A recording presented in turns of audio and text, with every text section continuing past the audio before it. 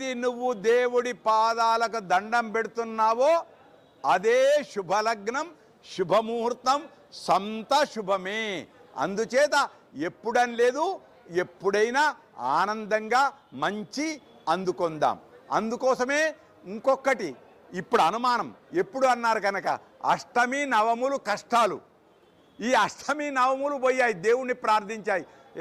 దేవా భగవాన్ నువ్వు నన్ను ఎందుకు పుట్టించావు? ఓహో, అష్టమి నవములు కష్టాలని మీకు అనుమానం వచ్చిందా?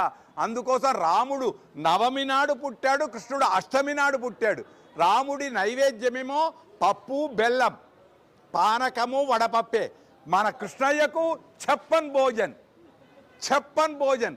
ఈయన మధ్యాహ్నం పుట్టాడు, ఆయన మధ్యరాత్రి పుట్టాడు. కనుక ఈ అనుమానాలు వద్దు, ఈ అనుమానాలన్నీ దూరం చేసుకొని మనం ఆనందాన్ని పొందుదాం.